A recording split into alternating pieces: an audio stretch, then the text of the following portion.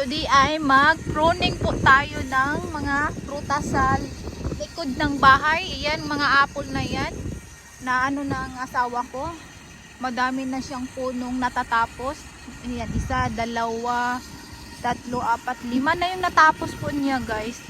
At yung mga ano, kinakat niya ay ito. Mayroong machine nga nagkakat ng ano, yung mga maliit-liit. Ayan na siya. Naggaling na, ginaling. Maganda to ilalagay sa garden po. Ayan.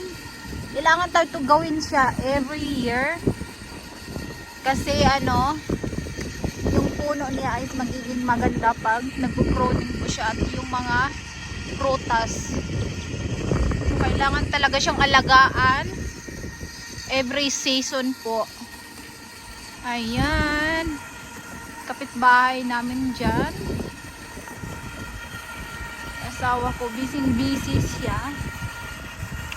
Ito yung ano namin, water tank po. So lahat ng water na galing sa RO, papunta siya dyan. Wala kaming tubig na town water. So yung tubig namin is ulan. Diba nakakapag-save po kami ng water, yung tubig, hindi na kami bumibili. Pero pag naubusan, kailangan po naming bumili ng tubig. Ang laki-laki to siya, guys. Super, ang laki niya. Yan. Sobrang laki yan siya. At yung ano, ayan na oh. Ganito po natin siya i-kakat yung ano, mga maliit na branch.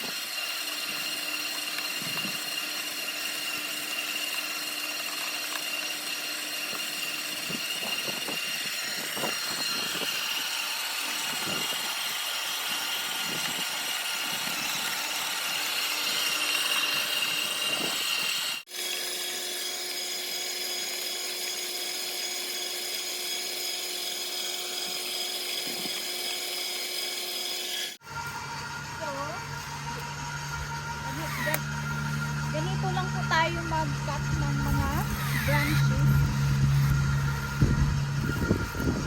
ng apple. Ayan, guys. Ganito lang tayo mag-pruning. Cut natin yung mga maliit.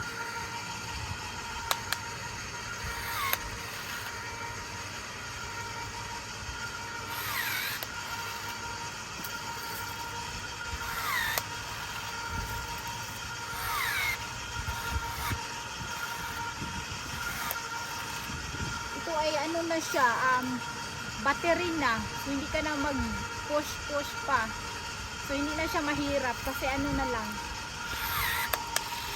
battery lang po siya.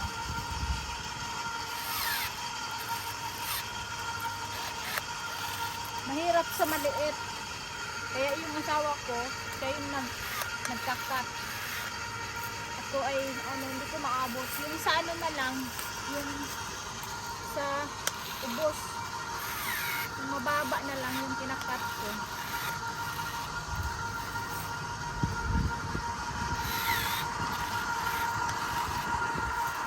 Yan, ganito lang siya, guys. Cut natin lahat ng mga maliit. Dito tayo.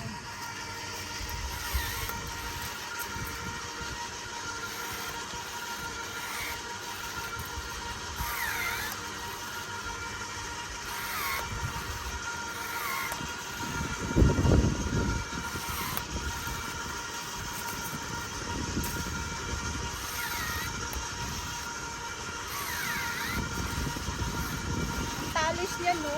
Kasi yung malaki, nakakat talagang na.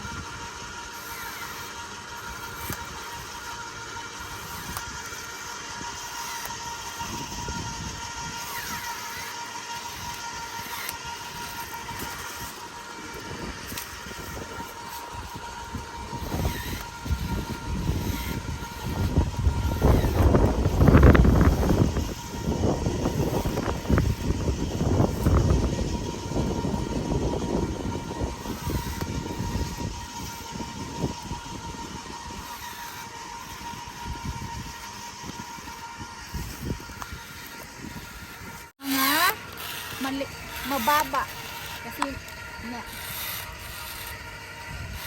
yan na po siya, ganyan lang po siya, kakat lang natin yung mga maliit na branch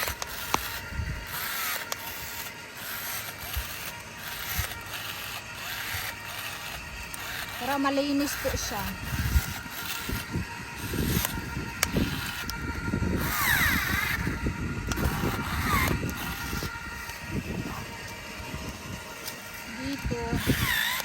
Yan, diba? Pagka ano, tapos nito, ano na siya, malinis. Tapos, pag ano na, babalik na yung season ng apple. Madami na naman po siyang tutubo. Kaya kailangan talaga, every year, ganito, tapat po siya every year. Tapat natin ito, malaki na po siya.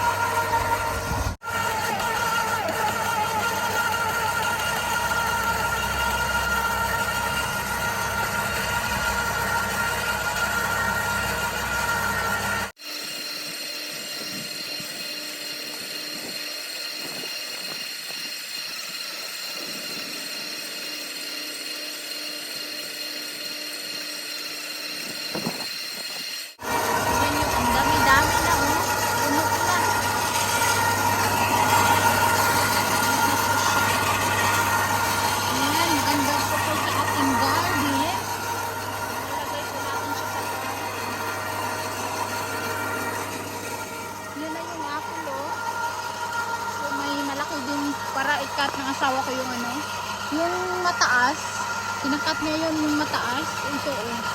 Kasi nga ang taas-taas na, so, kailangan natin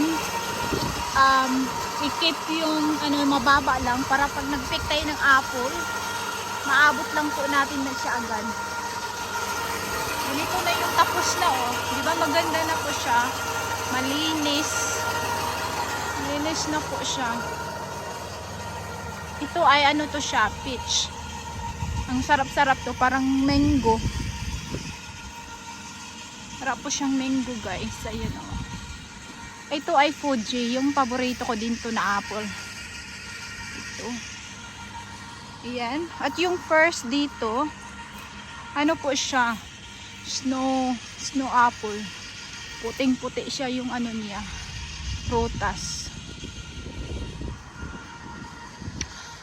Yan lang po tayo, nasa labas tayo ng bahay. Kailangan na po siyang anuhin oh. Kunin ko po yung mga maliit na branches yan para malinis talaga siya.